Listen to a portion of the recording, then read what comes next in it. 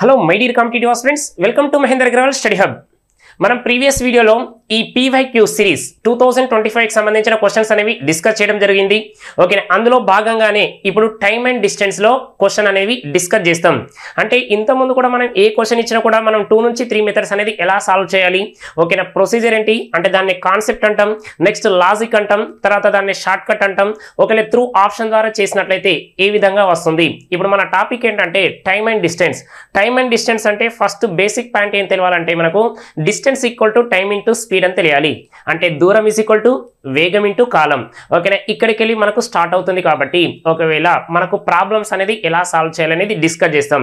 దానికంటే ముందు మనకి ఇక్కడ ఇండిపెండెన్స్ డే సందర్భంగా మీకు ఒక స్పెషల్ ఆఫర్ అనేది ఇవ్వడం జరిగింది. ఏంటి ఆఫర్ అంటే మన అరిథమెటిక్ 3.0 పైన ఆల్రెడీ మన బుక్ వచ్చి 1 ఇయర్ అనేది ఆల్మోస్ట్ ఆల్ కంప్లీట్ అవుతుంది. కాబట్టి అది ప్లస్ తర్వాత ఈ ఇండిపెండెన్స్ డే సందర్భంగా మీకు ఆఫర్ అనేది ఇవ్వడం జరిగింది. ఏంటి ఆ ఆఫర్ అంటే 1 ఇయర్ కోర్స్ అనేది 2400 రూపీస్ 99 రూపీస్కి ఇవ్వడం జరిగింది. టెస్ట్ సిరీస్ అనేది ఫ్రీగా ఇవ్వడం జరిగింది.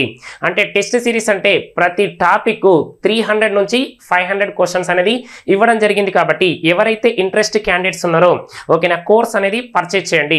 ఇక్కడ కూడా నేను ఏం చెప్తున్నానంటే చూడండి, కోర్స్ అనేది మీకు నచ్చితేనే పర్చేజ్ చేయండి. అంటే మీరు ఏపీ తెలంగాణలో అన్ని ఇన్స్టిట్యూట్ ఆన్లైన్ ఆఫ్లైన్ అన్ని చెక్ చేసుకోండి. చెక్ చేసుకున్న తర్వాత మీరు ఇంతకుముందు విన్న క్లాసులు ప్లస్ ఈ క్లాసులు కంపారిజన్ చేయండి. ది బెస్ట్ అనుకుంటేనే కోర్స్ అనేది పర్చేజ్ చేయండి. ఆల్రెడీ మనకు ఒక క్వశ్చన్ కు మనకు 3 నుంచి 5 మెథడ్స్ అనేది ఎక్స్ప్లెయిన్ చేయడం జరిగింది. ఓకేనా, ఒక్కో క్వశ్చన్ కు 3 నుంచి 5 మెథడ్స్ అనేది ఎక్స్ప్లెయిన్ చేయడం జరిగింది. దీనితో పాటుగా మీకు టెస్ట్ సిరీస్ అనేది ఇవ్వడం జరిగింది. టెస్ట్ సిరీస్ ఓకేనా, ఈ టెస్ట్ సిరీస్ లో కూడా ఒక్కొక్క చాప్టర్ కు 300 నుంచి 500 క్వశ్చన్స్ అనేది ఇవ్వడం జరిగింది. కాబట్టి నీకు అన్ని క్వశ్చన్స్ గ్యాదర్ చేసినాం. నువ్వు ఒక బుక్ అనేది 10 సార్లు చదువుతా 100 సార్లు చదువుతావు, అది నీ పైన డిపెండ్ అయి ఉంటుంది. అంతేకాని 10 బుక్లు ముంగట వేసుకొని ఒక్కొక్కసారి చదివితే నీకు ఏం రాదు.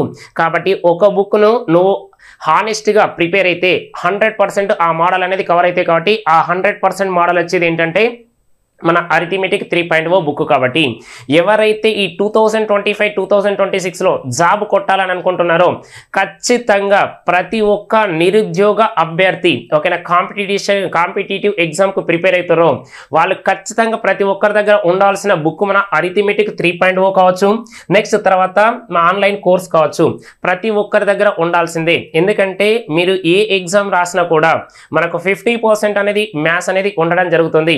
ఎస్పెషల్లీ అరిథమెటిక్ అంటే చాలా మంది భయపడతారు. కాబట్టి వాళ్ళకు ఉద్దేశించి అడ్వాన్స్ లెవెల్ కు మనం కోర్స్ అనేది తీసుకుని వెళ్ళడం జరిగింది.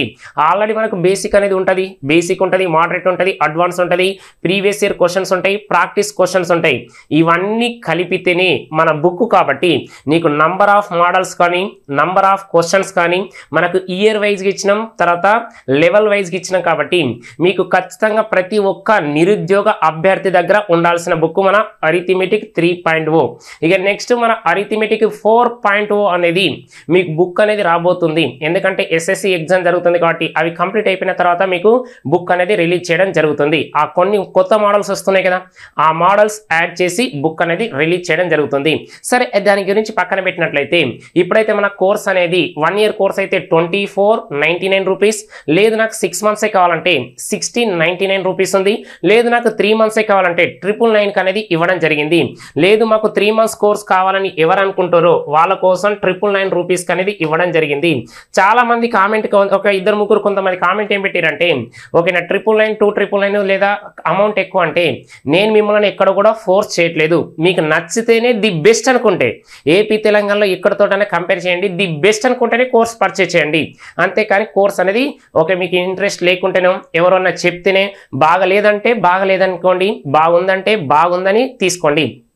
ఓకేనా, బాగుందని ఎవరు చెప్తారంటే ఓకే ఇంత ముందు వాళ్ళు 1-2 సార్లు ఓకేనా SI కావచ్చు, కానిస్టేబుల్ కావచ్చు, గ్రూప్ 4 కావచ్చు, తర్వాత మన రైల్వే కావచ్చు, SSC కావచ్చు, ఫెయిల్ అయిన క్యాండిడేట్కు సబ్జెక్ట్ వాల్యూ తెలుస్తుంది.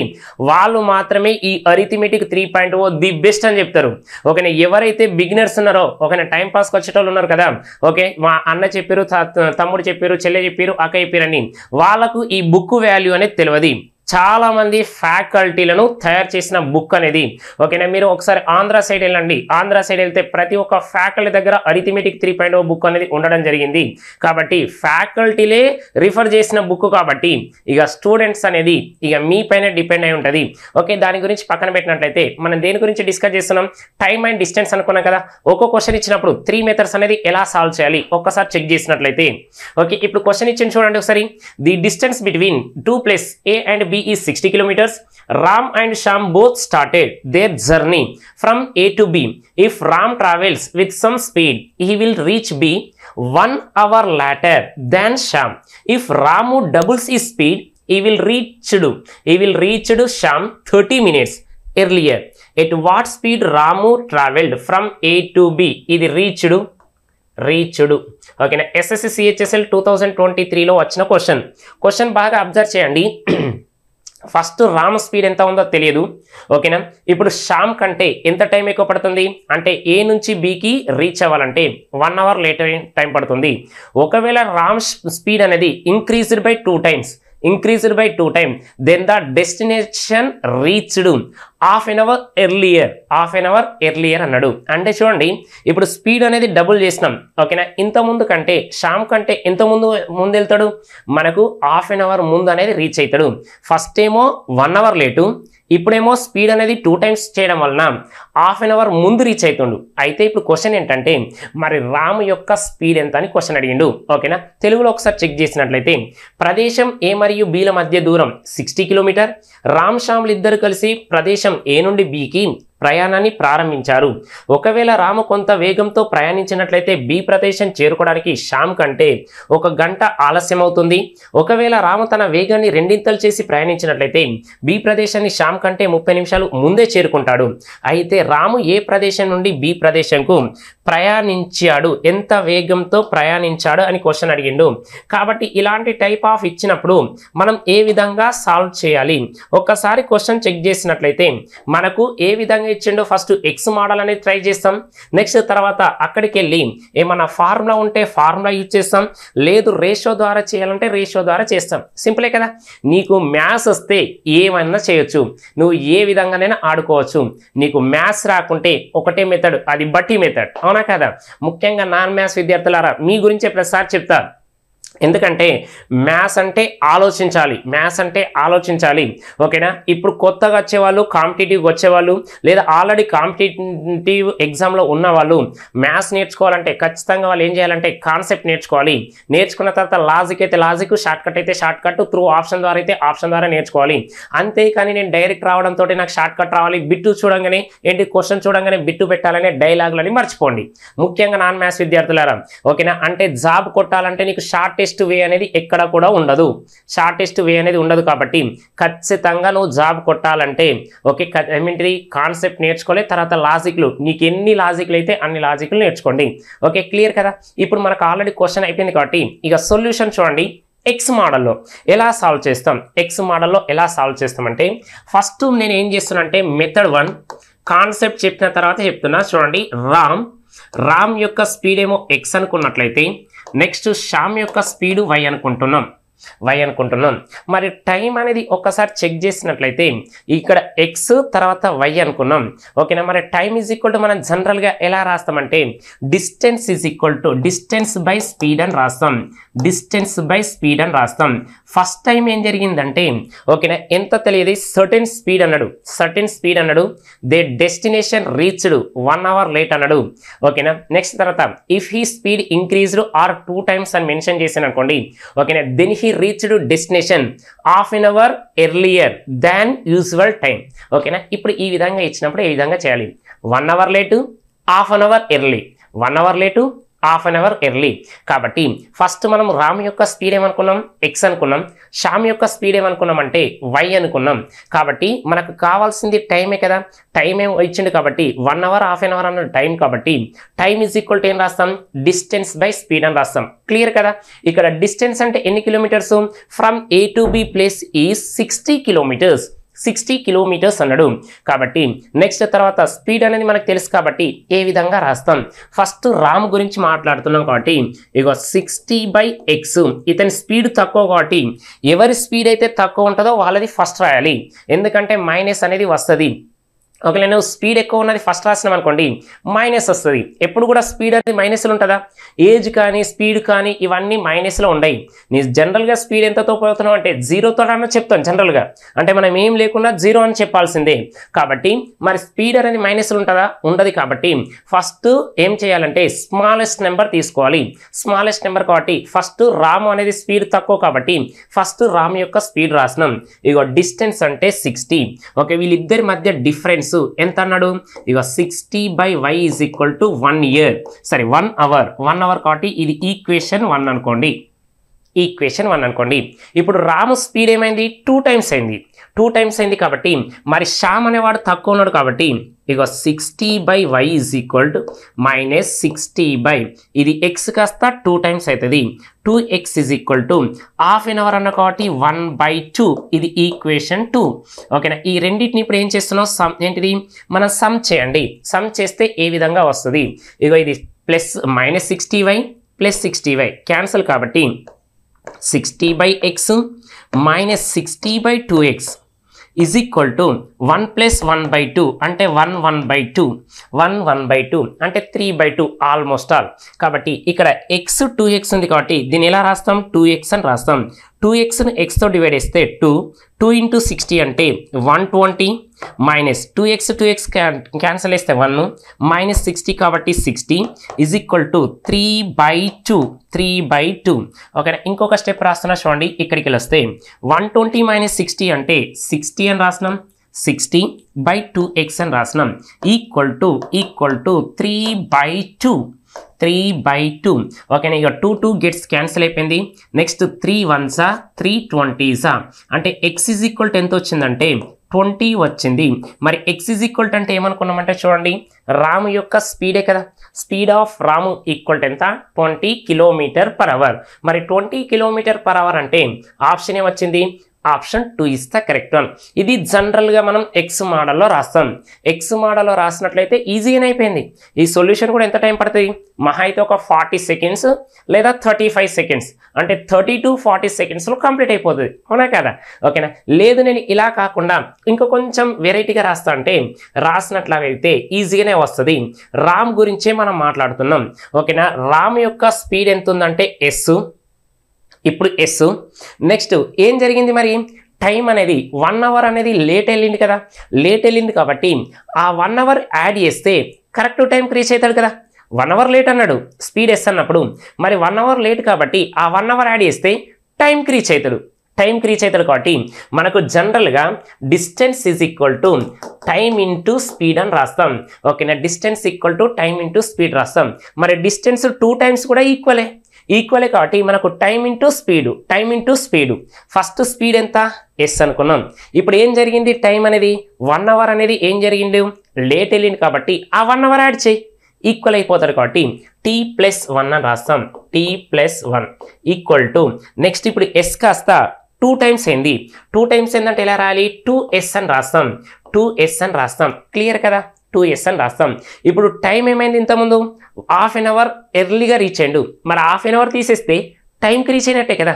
కాబట్టి ఏం రాయాలి, t-1/2 క్లియరా కదా. ఫస్ట్ స్పీడు టైం అనేది 1 అవర్ లేట్ కాబట్టి +1 టైంకి వెళ్ళిపోతాడు. హాఫ్ అన్ అవర్ ముందు రీచ్ అయ్యిండు, హాఫ్ అన్ అవర్ తీసేయి టైంకి రీచ్ అవుతాడు, క్లియర్ కదా. కాబట్టి రెండు కూడా ఏంటిది, distance equal to time into speed. Both cases distance are equal. కాబట్టి ఇక్కడికి వెళ్ళి రాసినట్లయితే ఏమైనా క్యాన్సల్ చేస్తే క్యాన్సల్ చేద్దాం. చూడండి, ఇగో ఎస్ క్యాన్సల్ అయిపోయింది. t+1 is equal 2 × t 2t minus 2 × 1 2/2 కాబట్టి 1 అని రాసినాం, క్లియర్ కదా. ఇప్పుడు చూడండి, ఇది 2t కాబట్టి డిఫరెన్స్ t, ఈ -1 ఇటు వస్తే ప్లస్ కాబట్టి టైమ్ ఈజ్ ఈక్వల్ టు 2 వచ్చింది. టైం ఈజ్ ఈక్వల్ టు 2 వచ్చింది. కాబట్టి నువ్వు ఇందులో సబ్స్టిట్యూట్ చేసినట్లయితే మనకు స్పీడ్ వస్తుంది కదా. ఓకే, కాబట్టి ఎస్ అంటే మనం రాయాల్సింది ఎస్. నెక్స్ట్ t+1, మరి t+1 అంటే 2+1 ఈజ్ ఈక్వల్ టు డిస్టెన్స్ ఎంత ఇచ్చింది మనకు, ఆల్రెడీ డిస్టెన్స్ వీళ్ళ మధ్య డిఫరెన్స్ ఎంత ఉంది, డిస్టెన్స్ 60. కాబట్టి ఎంత 2+1 అంటే 3s ఈజ్ ఈక్వల్ టు 60 అన్నాడు. కాబట్టి s ఈజ్ ఈక్వల్ టు ఏమవుతుంది, 20 అవుతుంది. మరి 20 km/h. మరి 20 km/h అంటే ఆప్షన్ ఏమొచ్చింది, ఆప్షన్ చెక్ చేసుకున్నట్లయితే option 2 is the correct one. Option 2 is the correct one. సింపులా కదా, దీంతో కంపేర్ చేస్తే ఇది ఈజీ. ఓకేనా, యాక్చువల్లీ 3 స్టెప్లో ఆన్సర్ అయిపోతుంది. మీకు అర్థం కావడం కోసం ఇంకొక స్టెప్ అనేది ఎక్కువ రాసిన. క్లియర్ కదా, ఇది ఎవరికైతే రాయడం వస్తుంది ఆన్సర్ అయిపోయినట్టే. ఇక్కడికి వెళ్ళి ఏమొస్తుంది, టీ వస్తుంది. టీ వచ్చిందంటే నీకు డిస్టెన్స్ ఉంది, నెక్స్ట్ టైం ఉంది, స్పీడ్ కనుక్కోలేమా, ఈజీగా కనుక్కోవచ్చు కదా. లేదు నాకు ఇవన్నీ అవసరం లేదు, నేను రేషియో ద్వారా చేస్తా, రేషియో ద్వారా కూడా నేర్చుకోవచ్చు అంటే చేయొచ్చు, పోయేదేముంది, ఈజీగా కదా మనం సాల్వ్ చేయాల్సింది.